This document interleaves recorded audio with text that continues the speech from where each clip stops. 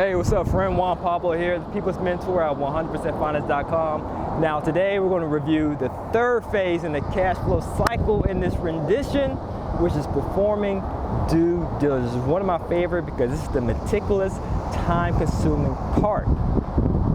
Good information, all right? Now, if you haven't done so already, as I shared before, watch the first video, find the money, then watch the second one, find a deal, and then watch this video if you haven't done so already. So without further ado, let's jump into the screen share in which I discuss the inner workings of performing due diligence. Peace. All right, welcome back, my friends. So now let's dive into phase 3, performing due diligence. So once again, we're in Trainging. It's an online platform in which we have all of our business operations, all of our SOPs, standard operating procedures, and systems in regard to 100% finance and real estate right here so that our team can perform it time in and time out, time and time again with excellence, right? Because it's hard to offer a quality product or service unless you have those procedures documented. So it could be a repeatable process, standardized. And that's what we have in our MAP, our multi-unit acquisition program. All right, so let's dive into it. Due diligence. So we talked about in the previous videos, phase 1, which is finding the money, all the things we do in the map for phase 1, and then phase 2, finding the deal. And we talked up all the way to the point of you actually getting that property under contract, signed by both you and the seller. Now it's time to do what was one of my favorite quotes: trust but verify. You got to verify everything. And if there's anything that's unverifiable, needs explanations, then that's perfect because you can use that as negotiating power. All right, let's get into it. Phase 3, due diligence. So once the buyer's agent receives a fully executed purchase and sale agreement, that's the contract, this will officially begin the due diligence period. The following steps will outline the process of completing due diligence. All right, so our acquisition coordinator, that's your liaison, your main point person, will request a front-end due diligence form. This is an internal document we have at Forms of Finance, which is this document right here. We'll request it so that the due diligence checker or specialist, we actually hire someone just to perform due diligence, and they will use this form to start the due diligence process. It's a form we have for internal use, okay? Now, don't ask me, hey, can I get an STL form? Hey, it's for MAP clients only. Any documents you see here, hyperlinks, is for MAP clients only, all right? I'm just showing you behind the curtain what we do. Got it? Cool. So the first thing we do is we do front-end due diligence, which takes 72 hours to complete. So you might be thinking, well, what is front-end due diligence? It's pretty much more or less a drive-by inspection, meaning we'll drive by the property, or someone on our team will drive by the property, be able to take some pictures, perhaps even a video, just to see the ins and outs, or pretty much the exterior of the property, not so much the end. Sometimes we could get in, sometimes we don't, but mainly the exterior of the property, and also just take a look at the neighborhood to see if it's a nice neighborhood, a neighborhood that we ourselves feel comfortable investing in, okay? Now, outside of just the physical inspection, a drive-by inspection, we also take a little research in regards to the crime and so forth of that area to see if it is a good property to move forward. Because, of course, we don't want you wasting your time spending money on obtaining property inspection reports, and you end up finding later that, oh, this property is dilapidated, it's distressed, or this property is in a horrible neighborhood. We will be able to save you so much money. We just did a front-end due diligence from the jump, from the beginning, okay? Great. Now, after the front-end due diligence is completed, the acquisition coordinator will make the buyer's agent aware of the results and present the front-end due diligence report to the client, the MAP client, just to make sure that, hey, everything is A-okay to move forward with the rest of the due diligence. Now, the front-end due diligence results are unfavorable. Let's say it's not okay, or let's say the client is unhappy with it, then we'll terminate the contract, the purchase and sale agreement, and move the client back to the deal presentation stage, which means, well, if we do a front-end due diligence, and because that's what happened, guys. Sometimes, just to give you context, we'll find a property, let's say it's been listed on the market, and it's a great deal number-wise, meaning the cash flow is strong, the cash on cash return is strong, nice equity. Then we do the front-end due diligence and realize, oh man, there's a lot of gang activity. Things you can't see in the listing, things not reported in the listing.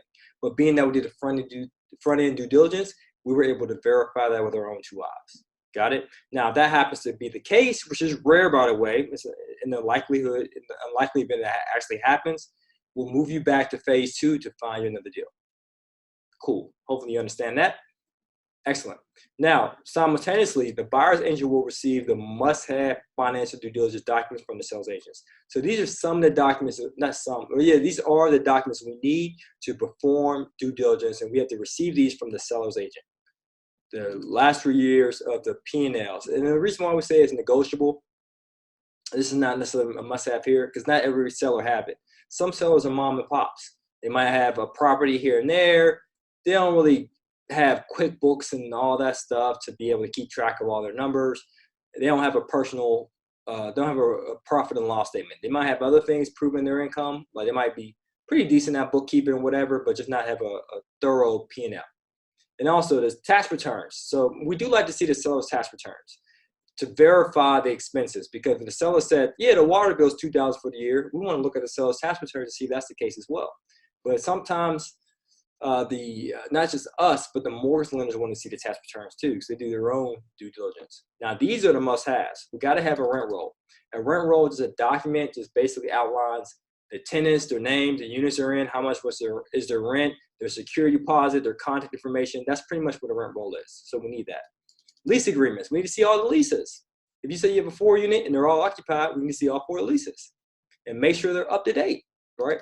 And utility documents, such as if you say the owner is responsible for water, provide us with copies of utility bills. Now, if you don't have copies of utility bills, which me personally, from a personal level, I don't have copies of all my utility bills.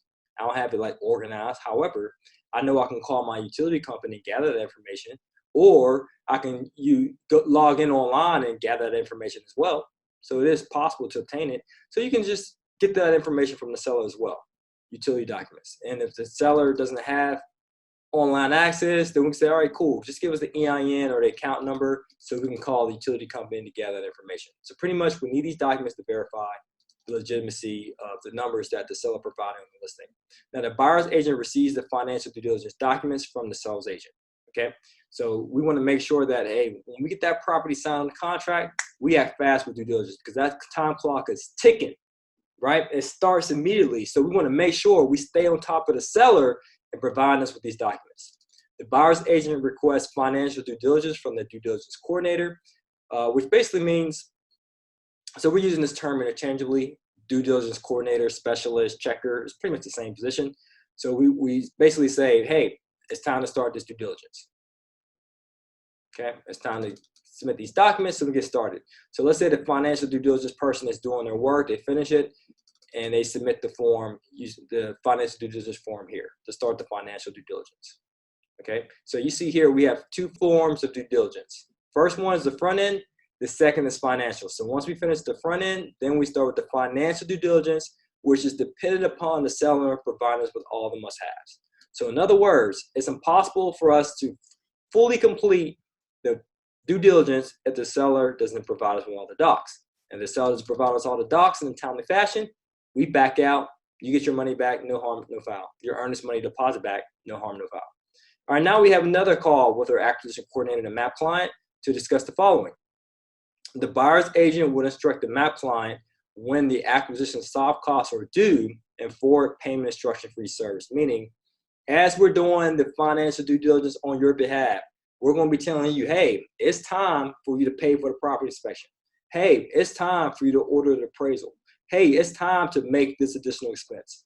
So it's important, my friend, timely payment is of the essence, because we got to get this ball rolling, because you have a time clock with due diligence, right? It expires.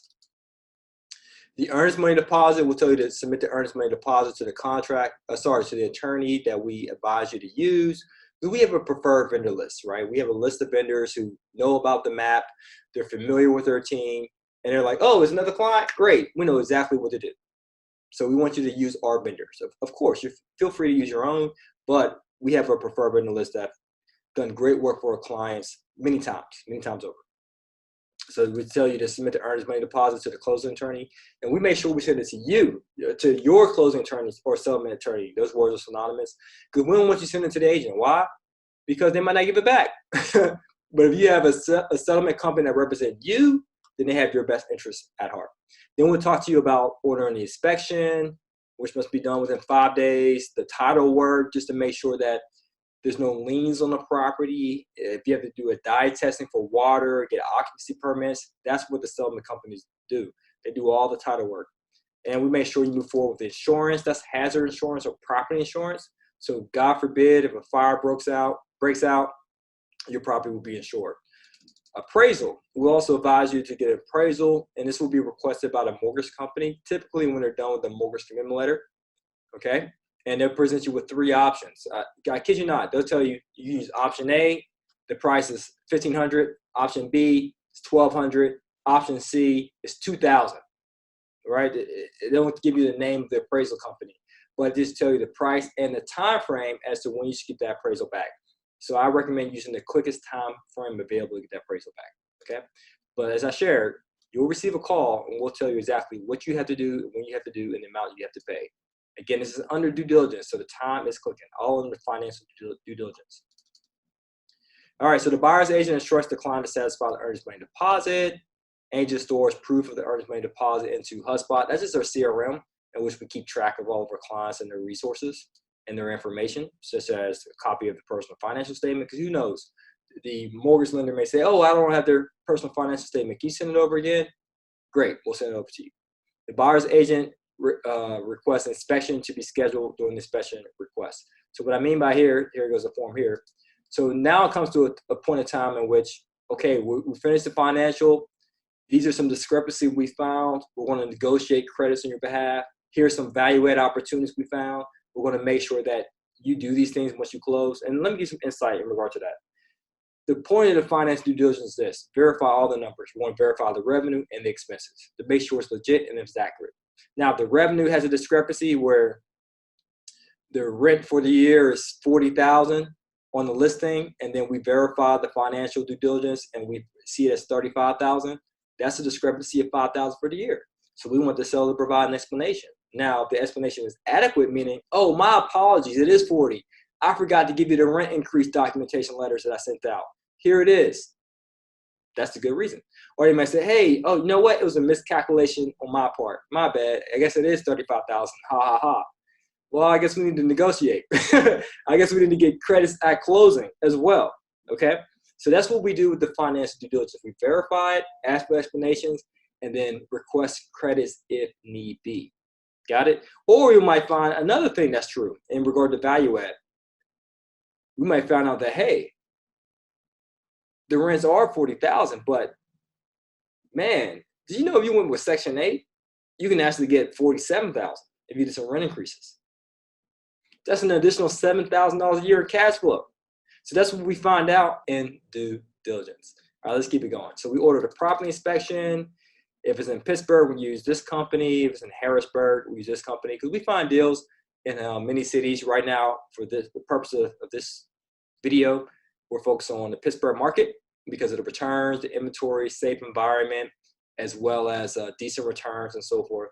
So depending on where your property is located, we use different property inspections, okay? And the buyer's agent requests a title work to ensure the completion, to ensure completion within the due diligence time frame. So what this means is, with real estate, time kills all deals. So we have a deal in the contract, everyone has to operate fast. We're talking to the attorney to do the title work, inspection company. We're also talking to the appraisal company. So we're doing all this stuff fast. So we definitely need your cooperation, your responsiveness as well. You've got to do it very, very fast, okay? Now, with inspections, we do take a look at the report. Now, if there's anything fishy with the report, such as, hey, these are major issues, we need credits at closing so our team can fix it, so that reduces the amount of down payment you have to bring to the table, okay? So we negotiate credits on your behalf based upon that inspection report. All right, cool. So the buyer's agent instructs the MAP client to solidify property insurance, as I discussed, property insurance. The buyer's agent receives a copy of the inspection report from the inspection company or the acquisition coordinator, so you get a copy of the report as well. The buyer's agent will request a financial due diligence findings report from the due diligence coordinator. So what we do is this: after we finish the front end due diligence, then the financial, and then the physical due diligence, we create one report in which we submit over to the seller through the agents, right, the real estate agents, to negotiate credits, letters of explanations, and so forth on your behalf. Got it? Cool. So the due diligence coordinator must complete the due diligence findings report. The buyer's agent will instruct the MAP client to submit the inspection report to the repair estimate. So what we have is in regard to the physical part of due diligence, you might find out that, man, there's a lot of stuff wrong with this property. So we work with a company to provide an estimate of the repairs, so we can negotiate that estimate as a credit at closing on your behalf. Which means a credit at closing means this: if you have $50,000 to bring to the closing table, and we negotiate $10,000 worth of credits because there were discrepancies where the financial due diligence and the physical due diligence is concerned, then you usually got to bring to the table $40,000. So that saves you $10,000 to go towards fixing those repairs and so forth. Okay. So the repair estimate will be completed in a maximum of 24 hours. The buyer's agent will review the repair estimate for any major and safety-related repairs. So that's what we do. If there's any major or safety-related items on that inspection report, non-negotiable. We want credits at closing on your behalf, period. Because we want to make sure you're buying a sound investment, a sound property. So the buyer's agent will reach out to the listing agent to negotiate credits for any discrepancies pertaining to the financial and physical due diligence. Got it? And I think I shared that. And if there are any discrepancies found during the financial due diligence via completed due diligence findings report, the buyer's agent will request a credit at closing if discrepancies exceed 500 annually. See due diligence protocol, triangle phase 3 to reference requesting the credit. So basically what that means is this: if there's any discrepancies over $500 for the year, we're negotiating additional credits on your behalf. Okay, so anything we see wrong with the front end, financial, physical, we're making sure we're negotiating on your behalf, and everything is approved by you, by the way. And if there are any major repairs required, the buyer's agent will request a repair credit at closing. Share that. If the seller doesn't agree with the credits, then the agent will request the repairs be taken care of before closing. We may have to extend the contract, meaning sometimes the seller will say, hey, I'm not giving a huge credit. I know my team and I can do it equally good, but half the price. Then by all means, we may negotiate you actually doing those repairs. However, we want to make sure we get inspected to make sure it was done to high quality standards. And secondly, we want to make sure that we extend this contract for the due diligence period, being that you have to do these repairs. If the seller does not agree to repairs or credit at closing, then termination of the contract is recommended. Meaning, oh, you don't want to negotiate? Oh, you don't want to do these repairs either? Well, hey, let's terminate this agreement. Hey, my client, no worries. It happens in real estate. You know, it's business. Business is business. But guess what? Let's move forward with the next property. So the buyer's agent will draft a change of terms addendum reflecting all agreed upon credits at closing. Meaning, if we negotiate credits on your behalf, whether it's for the repairs or the financial aspect, when we perform due diligence, then we have to have a document created that shows that the seller and the buyer agreed to those changes. We create an addendum, okay? And provide that to the closing attorney and the mortgage lender to make sure those credits are on the settlement statement when you close. So the credits must be applied to the down payment and not the purchase price. Both the buyers and the seller must sign the addendum reflecting the credits, as I shared. The buyer's agent will submit the change of terms addendum to the settlement company where the credits be placed on the HUD statement. The buyer's agent will make the client aware of due diligence. All right, and then the HUD statement is the settlement statement, meaning when you buy the property. All right, so that's pretty much our outline for phase 3 of due diligence. It's pretty much what we do. Now, I know that sounds like a lot, might be a mouthful, so that's the point of having the map. It's a done-for-you service. We do all this for you, but guess what? We actually teach you how to do it yourself just in case you're interested. But many of our clients, they're like, hey, real estate is a great investment. I want to move forward. However, I don't want to do the legwork. I just want to outsource to you guys to take care of it. By all means, we can do that. That's our multi-unit acquisition program. Hey, there you have it, my friend.